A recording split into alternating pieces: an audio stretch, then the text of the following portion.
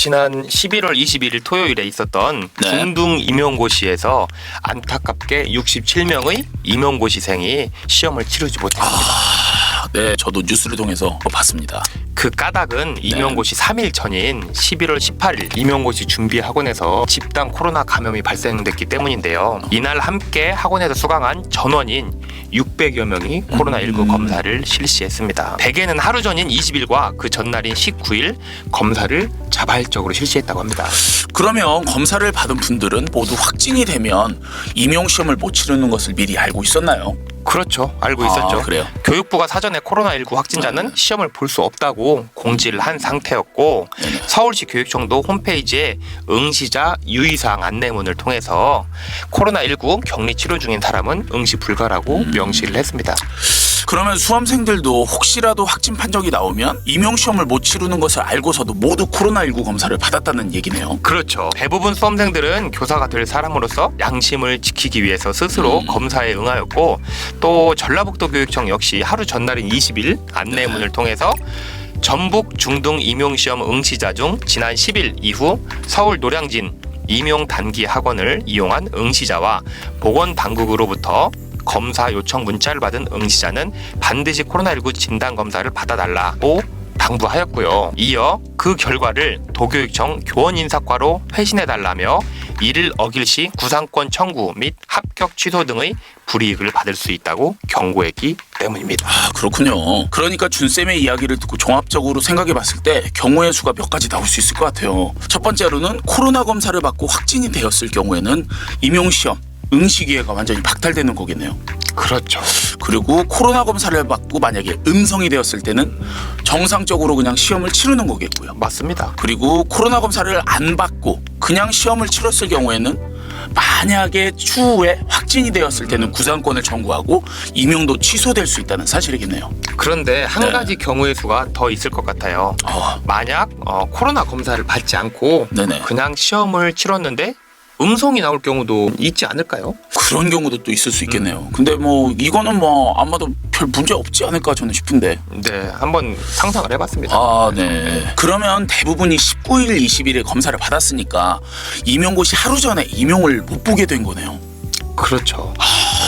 네. 그러면 실제로 몇 명이나 임용시험을 못 치른 건가요? 현재 67명이 코로나19 확진으로 임용시험을 치르지 못했다고 되어 있습니다. 야, 정말 꽤 많은 숫자인데요. 네. 이 중에서는 제가 뉴스를 통해서 봤는데 생활고에 시달리면서 기간제 교사 생활을 하거나 혹은 학원 강사 아르바이트 그리고 또 한국사 검정능력 시험 유효기간이 올해 만료되는 수험생 그리고 지난해 0.17점 차이로 아깝게 떨어져서 올해는 꼭 되리라고 마음먹었던 수험생들 사연까지 정말 다양한 사연들이 너무 가슴이 아팠습니다. 특히 이들은 그 학원에 입시를 할 때 발열 체크도 하고 QR코드로 인증도 하고 또 강의실에 이제 지정 좌석제가 되어 있어서 거리두기도 잘 유지한 상태였고 또 마스크도 한 번도 벗지 않고 잘 착용해서 억울함을 호소를 하고 있습니다. 제가 생각해도 임용고시 며칠 전이니까 얼마나 스스로에게 방역 수칙을 엄격하게 적용했겠습니까? 제가 임용고시 볼 때를 생각해봐도 감기 같은 것에 걸리지 않기 위해 스스로 많이 노력을 했던 생각이 나거든요. 또 정쌤은 또 몇 번을 임용고시 본 경험이 있기 때문에 그 심정을 더 잘할 것 같아요. 그렇죠. 특히나 더 이렇게 건강을 더 생각할 수밖에 없었던 것 같아요. 네, 맞습니다. 그분들은 진짜 공부를 더 하고 싶은 마음에 조금 더 합격하고 싶은 그런 마음에 막판에 임용고시 학원도 이렇게 문두드리면서 열심히 다니고 했었던 거 아닐까요? 그렇죠. 네네. 그 학원 또한 정부의 방침에 따라서 방역 수칙을 잘 지키면서 정상적으로 운영되었던 학원인 거잖아요. 네네네. 수험생들이 정말 억울할 것 같아요. 네. 노량진 학원 수강생 중에 한 명이 확진이 되었는데도 임용시험을 봤다는 얘기를 들었거든요. 저도 그 이야기를 들었거든요. 네. 저도 궁금해서 자세히 검색을 해봤습니다. 그분은 노량진 학원에 다녔고 당연히 일제검사 대상자였거든요. 그래서 그분은 임용시험 하루 전인 20일 검사를 받았는데 시험 종료 이후에 양성 판정이 나온 거예요. 그래서 정상적으로 시험을 치를 수 있었습니다.